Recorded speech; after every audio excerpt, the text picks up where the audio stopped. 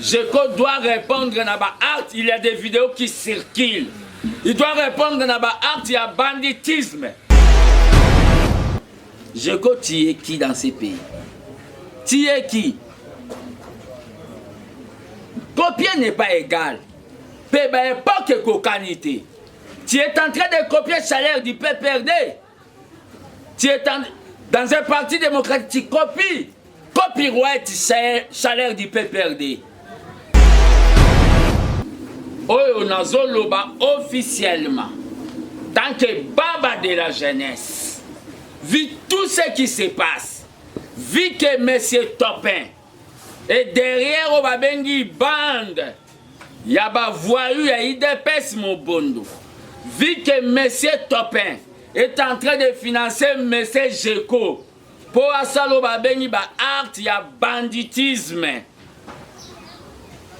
Personnellement, fils Moukoko, si j'étais sénateur, je ne voterai pas pour M.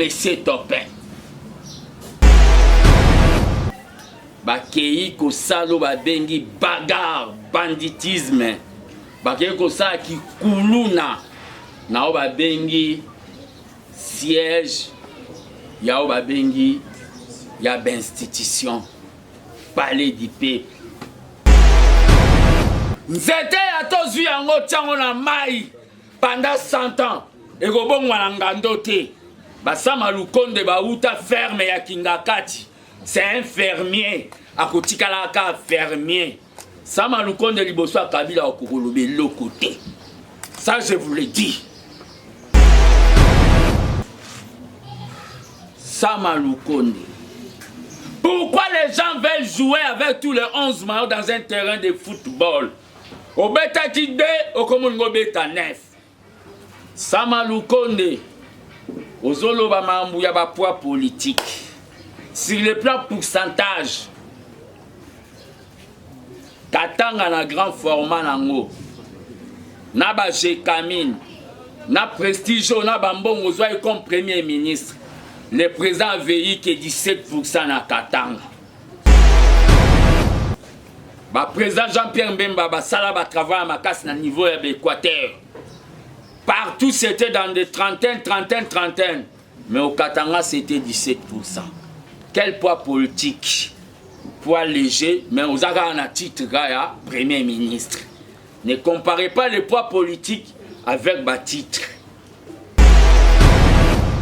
Dans Sama Lukonde, ce que vous êtes en train de chercher là, Ezola Kisake, na bambongo zwaki na primature, na gouvernement na yo tchaki ya ba warrior wana, au sur le plan, yanzungwa ba congolais, et ça le côté, ba congolais ba mona viandité, sur le plan nyonso ba mona pe le côté. Votre collègue, entre guillemets, parce qu'il n'est pas professionnel comme vous, c'est un laborantin. Israël Moutombo, c'est un laborantin en Mesa. Soka senga kimbongo, to soka zana besoin mbongo, atika kusala ba chantage, na kombo, yao ba bengi, Monsieur le ministre honoraire Nicolas Kazadi. Sinon, il sera traduit en justice. Parce que la justice, pour Abanda Koloba, s'il manque de choses à dire, à ça la table télé-réalité. C'est-à-dire, Ndabazawana, Jeko, tellement Zumbongo Yabato, Bazo Lukamutu ya Kabuya, Aza premier Yagobomata, 10 combattants, pour Alobaka ke Kabuya Mutasali Yango, pour Balongola Kabuya. Mais Nzamba va permettre Angoti. L'état de droit ne veut pas dire que l'UDPS est au-dessus de la loi.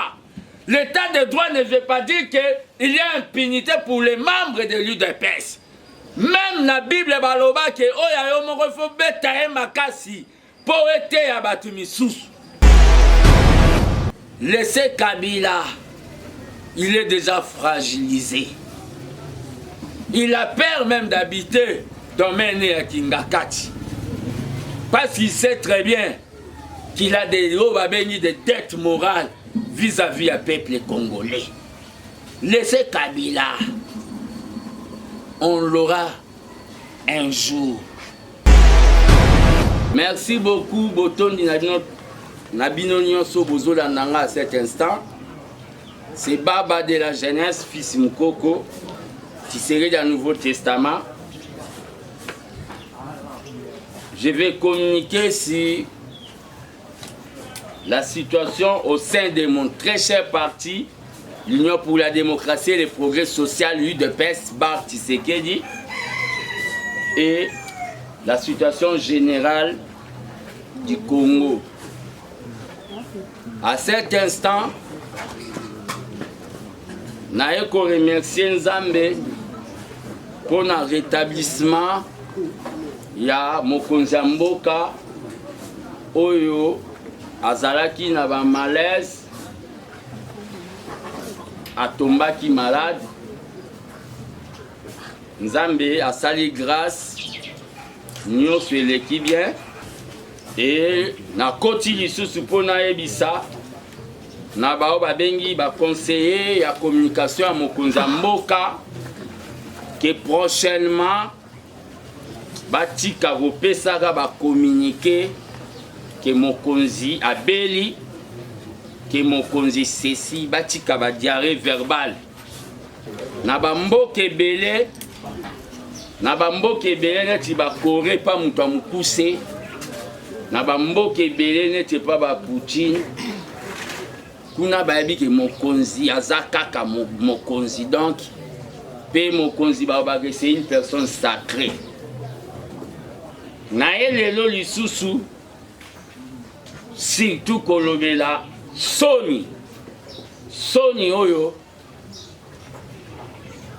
quelques militants ya UDPS mon parti o bazo mimona baza gonflé o bazo mimona ba super combattant basala ki lobby na o ba bengi palais du peuple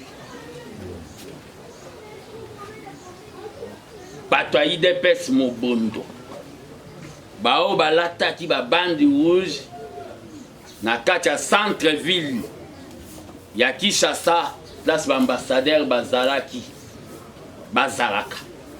bateau ya UDPS mobondo eteni longondo avec prénom Covid-19 avec le jeune homme Jacob et Chaleur de l'UDPS bateau ya UDPS mobondo wana oyo bazolinga ba organiser parti mais babandi kosala désorganisation pe ko vendre koteka image ya UDPS comme un parti bandit. Basali soni na Mokonzi Mboka na niveau babengi national pe na niveau babengi international pe na lingomba ya babengi international socialiste. Bakei kosalo babengi bagarre, banditisme. Bakei kosala ki kuluna na babengi siège ya babengi ya institution, palais du peuple, terrain non touchable, terrain oyo mutako ko violer. Ils sont allés là-bas à cause ya Kindoki, on a obenga sorcellerie du jour, attaqué le secrétaire général Augustin Kabouya Mwanaboute honorable. C'est vraiment de la sorcellerie. Oh baluba balubara boulogie. Augustin Kabouya akendaki ko accompagner ba ticket gagnant yao ba bengi UDPS, c'est-à-dire monsieur Idriss Mangala oyo aza candidat ya biso UDPS comme président ya Sénat na monsieur Topé Kabongo oyo aza comme questeur candidat ticket gagnant ya UDPS. Akende ko accompagner bango bayaki ko accompagner Topin Kabongo.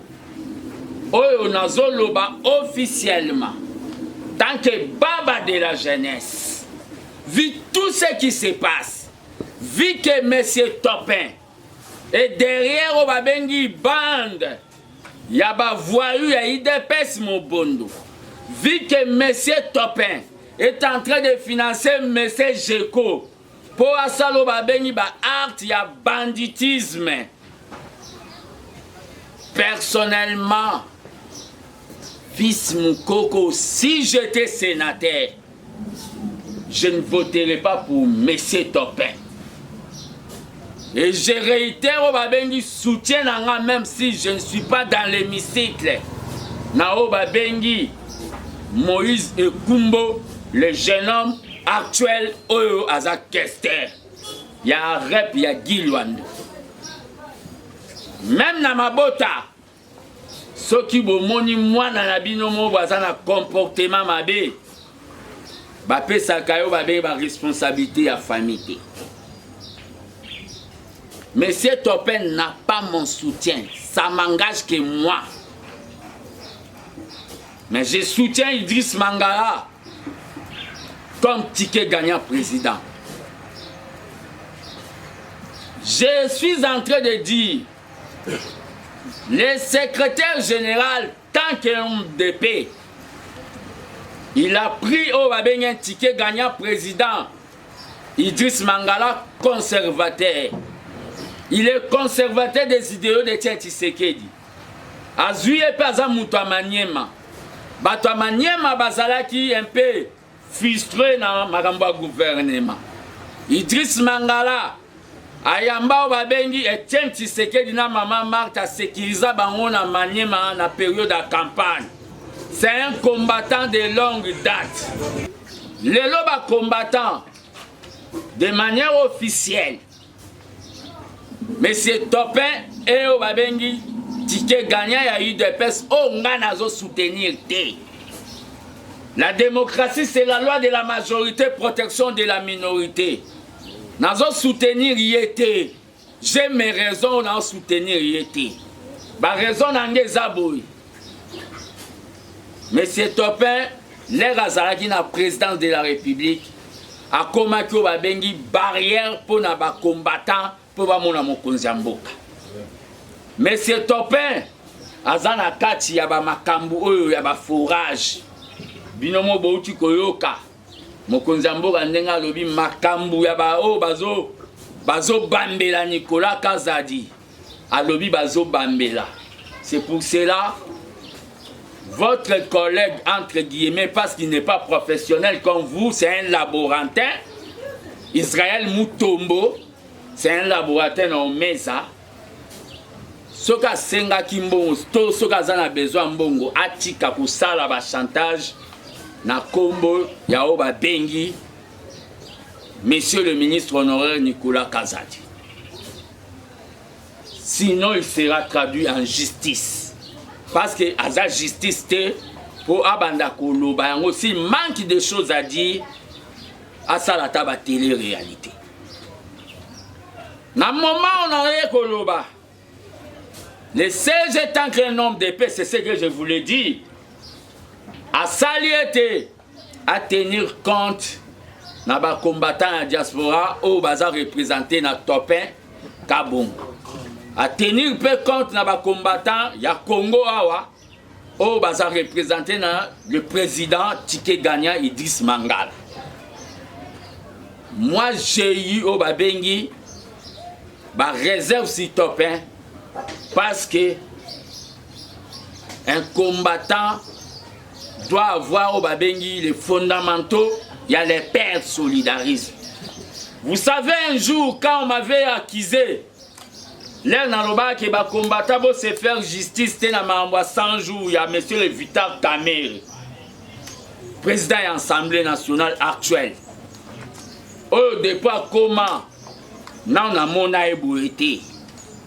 Même les ministres de l'économie, non, on a dans le cabinet. Mais j'avais donné mon point de vue là-bas que les combattants à la juge T. Les bandits qu'on a fait INC. Va se surchauffer. Un jour, j'ai appelé M. Topin. C'était pour demander audience na président de la République. Abi Kobenga Ngate Kende pa Kamere. C'est comme ça qu'on pouvait répondre à un combattant. Il a fait ça chez beaucoup de combattants. Il m'a répondu Kobenga Ngate Kende pa Kamere. Il m'a taxé des caméristes. Mais aujourd'hui, où est Kamere? Dans les institutions. Donc, je ne peux pas, moi, appuyer un type comme ça, même si mon parti politique est placé comme ticket gagnant. Donc, mon choix est sur Moïse et Kumbo Oyo, Aza, actuel questeur, et jeune, il peut bien représenter au Babengi la jeunesse congolaise. Par rapport à Mambozo le Sénat, Sama Lukonde. Pourquoi les gens veulent jouer avec tous les 11 maillots dans un terrain de football? Au bêta qui dé, au Komungo bêta 9. Sama Lukonde. Au Zolo Bamambouya poids politique. Sur le plan pourcentage, Katanga na grand format nango. Na ba Jekamine. Na Prestige, na Bambongo Zouaï comme premier ministre. Le président a veillé que 17% na Katanga. Quel est le travail au Abataki pour le président, n'est-ce pas, ce grand Katanga? 17%. Le président Jean-Pierre Mbemba a travaillé à ma casse à niveau de l'Équateur. Partout c'était dans des trentaines. Mais au Katanga c'était 17%. Quel poids politique? Poids léger, mais aux Agana à titre Gaya, Premier ministre. Ne comparez pas les poids politiques avec le titre.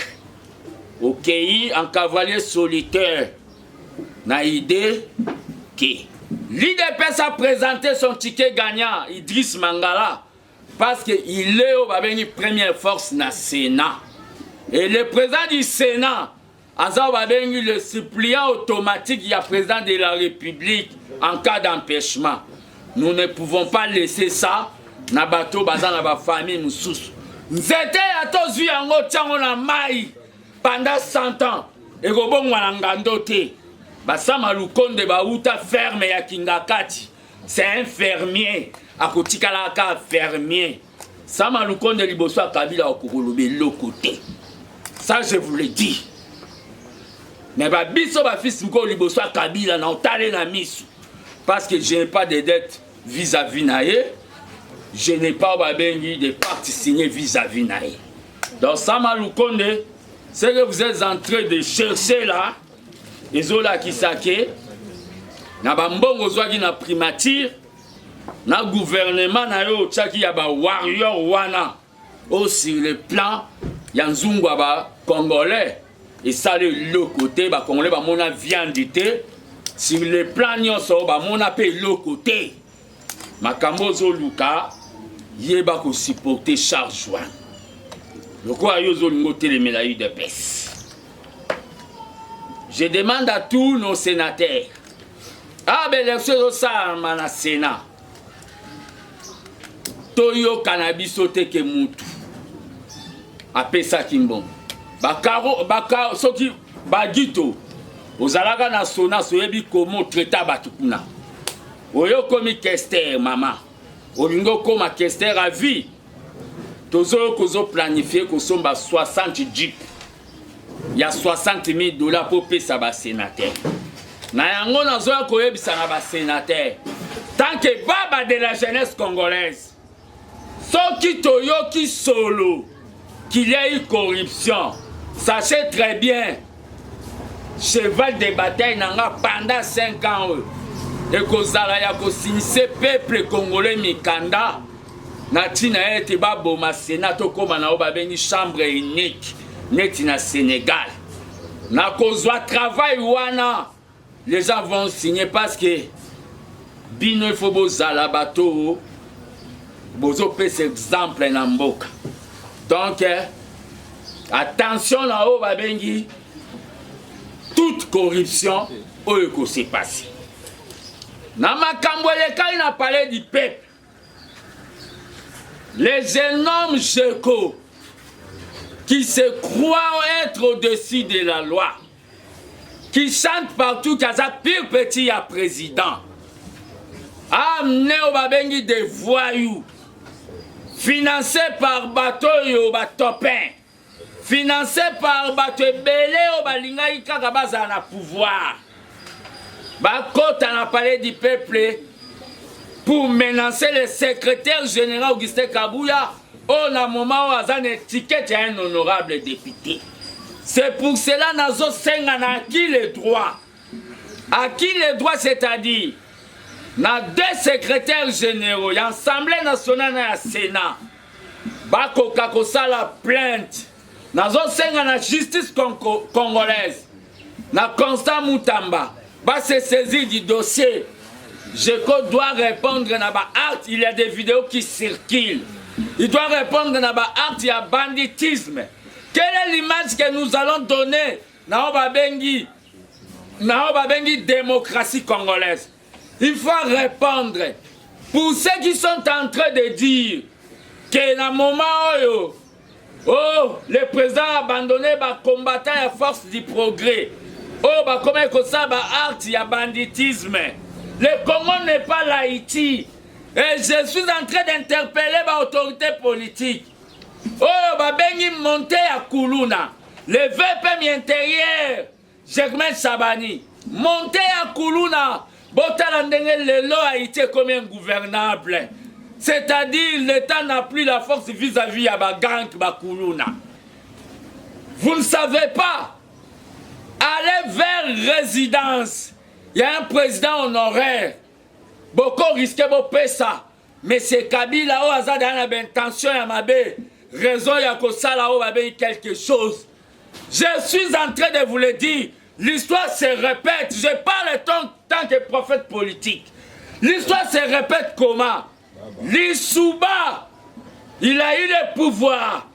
Il a tenté, moi j'étais en exil à Brazzaville. Il a envoyé ses hommes vers Mpila chez Sassou. C'était là le début de la guerre du 5 juin. Laissez Kabila, il est déjà fragilisé. Il a peur même d'habiter dans Méné à Kingakati.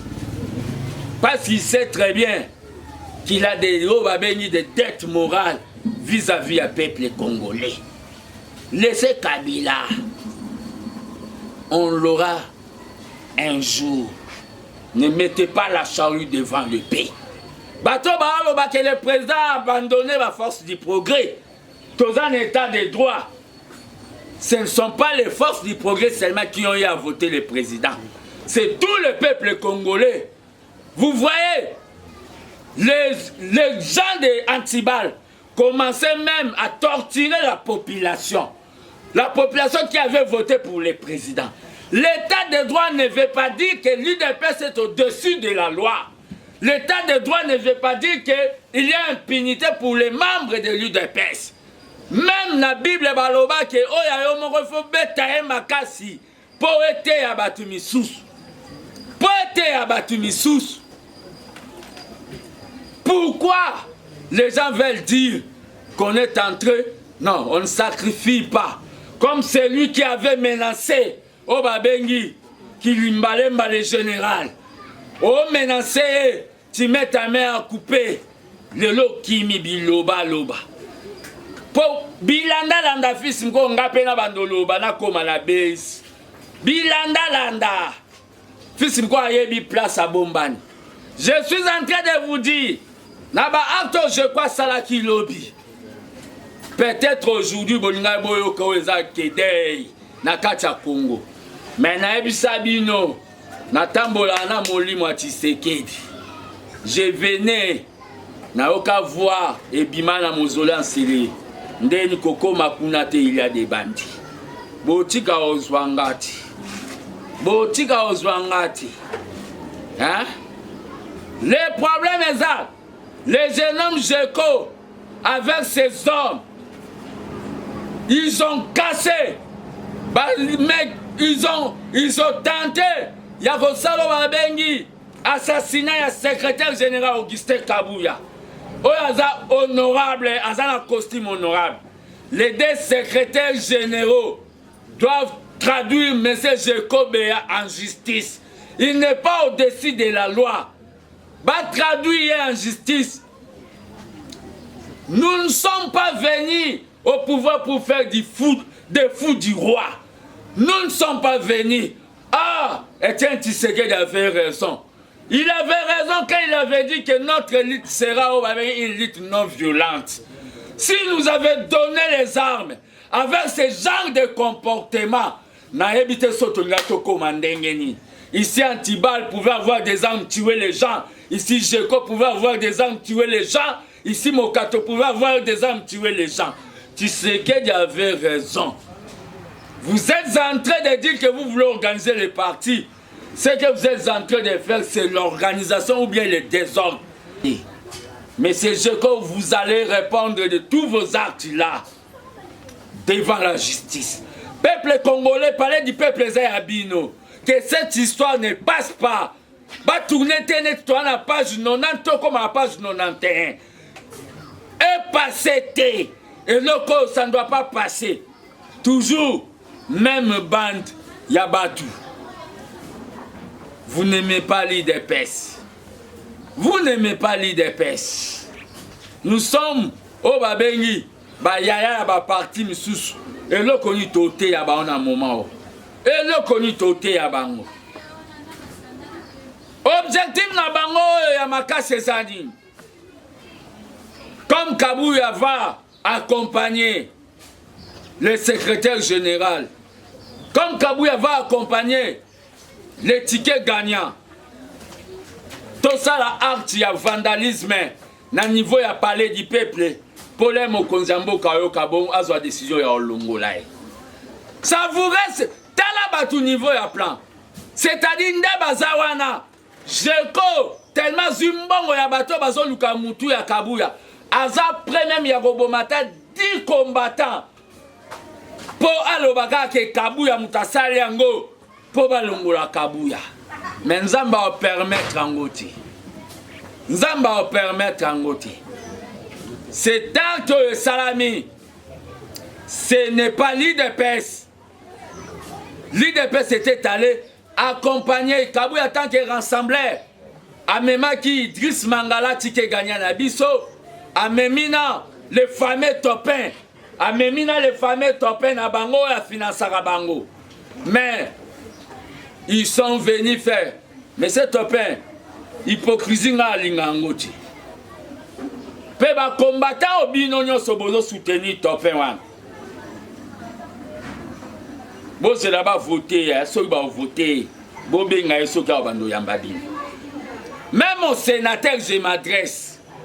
Moutouana topin au pembe nyambongo wana.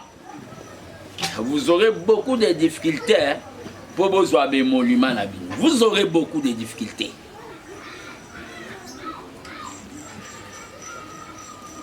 Personnellement, je ne sais pas là où topin a été dans la diaspora. Personnellement, je n'ai habité sur la Venezuela, sur la Costa Rica, sur la Colombie. Personnellement, je ne sais pas. Combattant. Combattant.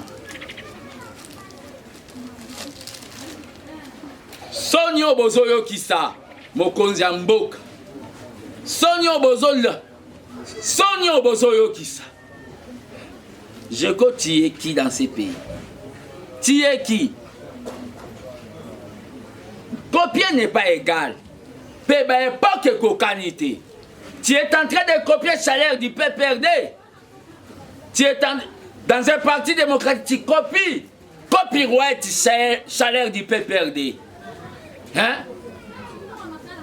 Ah, quand est-ce que vous avez vu les jeunes du PPRD aller attaquer l'autorité dans le parti politique dans le milieu public? Quand est-ce que vous avez vu? Quand est-ce que vous avez vu?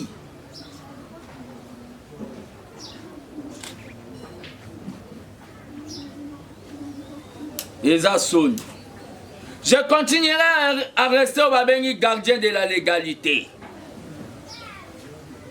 J'attends que vous me tuez. Nazozela bobo manga. Nazozela onde bo benga na téléphone obiki. Nazozela bobo manga. Bo comprendre que nazasu ya famille na ngati. Mais nakoma ya famille ya ba Congolais, ya ba Congolais. Nazozela. Nazozela. Je veux que la justice soit faite. Je veux que la justice soit faite. Bokende boyemba ima parti pour bola sakeboza batoyi de pes. Quelqu'un peut être avec une fille ou fils. Il y a ba parents mobwe. Sorazo se comporter mal, ba acte naé et quoi engager ba parents naé. Vous êtes déjà des adultes. Ce que vous avez fait, chanter l'hymne du parti, Loba IDPS, appelé Fatih Siona, Biki Rouge, la loi restera la loi. Fatih n'est pas au-dessus de la loi. J'ai dit, je vous remercie. Correcteur News TV, Awande correction, il y a news tout. Donc, Awande, on assure quoi. Suivez Correcteur News TV pour avoir toutes les informations crédibles et fiables. Correcteur News avec Yemoko Rachou. Rachou, la caramel, check.